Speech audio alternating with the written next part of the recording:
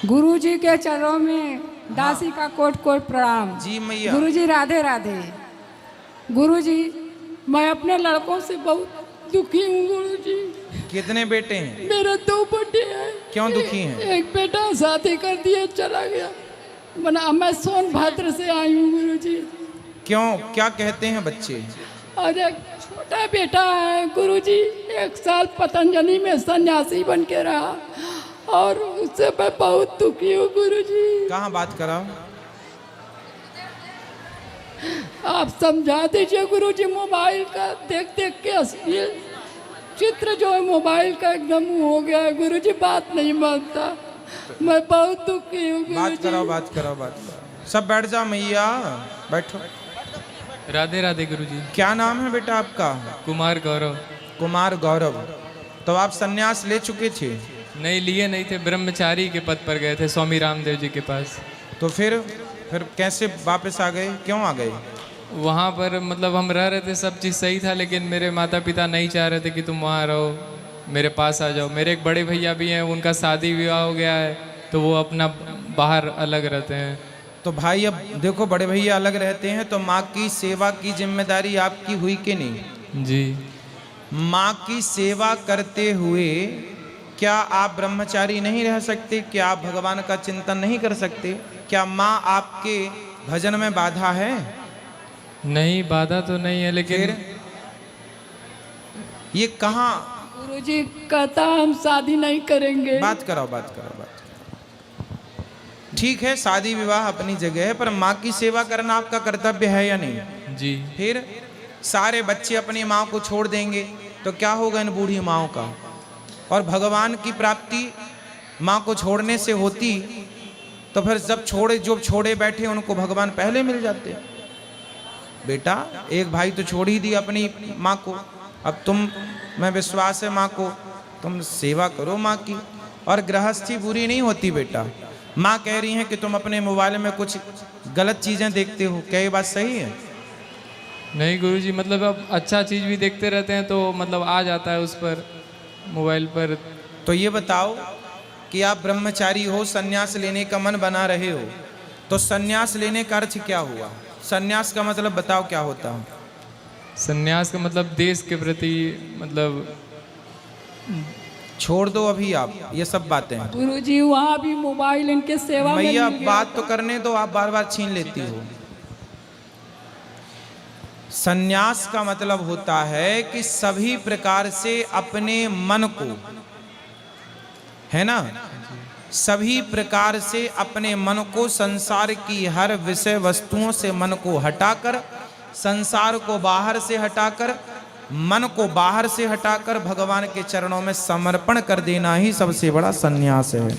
आपने कपड़े रंग लिए, आप अपने आप को सन्यासी कहलाने लग गए, बड़ा सा तिलक लगा लो, तो क्या ऐसे सन्यासी जो अपना कल्याण नहीं कर सकते वो आपका क्या करेंगे?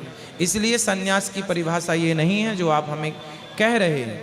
आप सबसे पहले अपने मन से पूछो कि आपका मन सबसे हट गया? अपने, मेरे से ना मुझे उत्तर दो ना अपनी माँ को उत्तर दो, सवाल आप अपने से करो कि क्या आपका मन सबसे हट गया?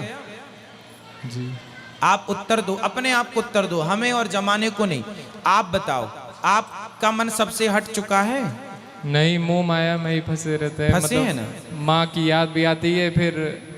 तो जब फंसे हो तो तरीके से फंस लो, और जब तरीके से फंस लोगे तो फिर निकलने का रास्ता निकल जाएगा। पहले गृहस्थी बसा लो, गृहस्थी का सुख देख लो, माँ बाप की जिम्मेदारी पूरी कर लो, फिर अपने गृहस्थी 50 साल तक होती है, बेटा बेटी का विवाह कर लो, इसके बाद आप स्वतंत्र हैं, जंगल जाओ, भजन करो। सन्यास किस नंबर पर आता है? हमारे यहाँ कितने आश्रम हैं बताओ?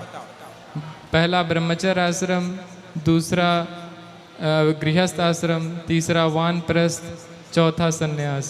तो आप चौथे को पहले में ले आए हैं, सही है ये? नहीं। भाई एक पहली सीढ़ी चढ़ो, फिर दूसरी, फिर तीसरी, फिर चौथी। आप डायरेक्ट छलांग मारोगे तो दांत भी टूट जाएंगे। इसलिए पहले ब्रह्मचारी रहो, फिर गृहस्थ में जाओ, फिर वानप्रस्थी बनो, फिर सन्यास बनो, तब तो तुम्हारा सन्यास टिकेगा। वरना तुम्हारा अभी सन्यास नहीं टिकेगा। कितने सन्यासी वापस आ गए। सन्यास बहुत बड़ी चीज है बेटा, मजाक नहीं है सन्यास। सन्यास बड़ी चीज है, उसकी व्याख्या मैं आपसे नहीं कर सकता और उसकी पात्रता नहीं है अभी आप में कि मैं उसकी व्याख्या आपको करूं। पात्रता होगी तो मैं व्याख्या भी करूंगा। पर सन्यास बहुत बड़ी चीज है। वो कहकर सन्यास कहकर बताया नहीं जा सकता, सन्यास करके दिखाया जा सकता है। ये दिखाने की चीजें हैं, ना कि बताने की। ठीक है, इसलिए माँ की सेवा करो और माँ जैसा कहे, शादी करने का कहे, लड़की ढूंढे शादी करो, 2 पैसे कमाओ। कुछ कमाते हो?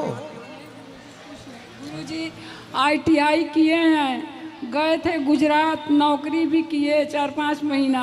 नौकरी ना करो, सुनो बेटा, नौकरी ना करो, अपना खुद का बिजनेस करो, छोटा सा काम डालो, लघु उद्योग टाइप का, जो कर सको अपना खुद का। मतलब नौकर ना बनो, कोशिश करो कि हम नौकरी देने वाले बने, ना कि नौकरियां लेने वाले।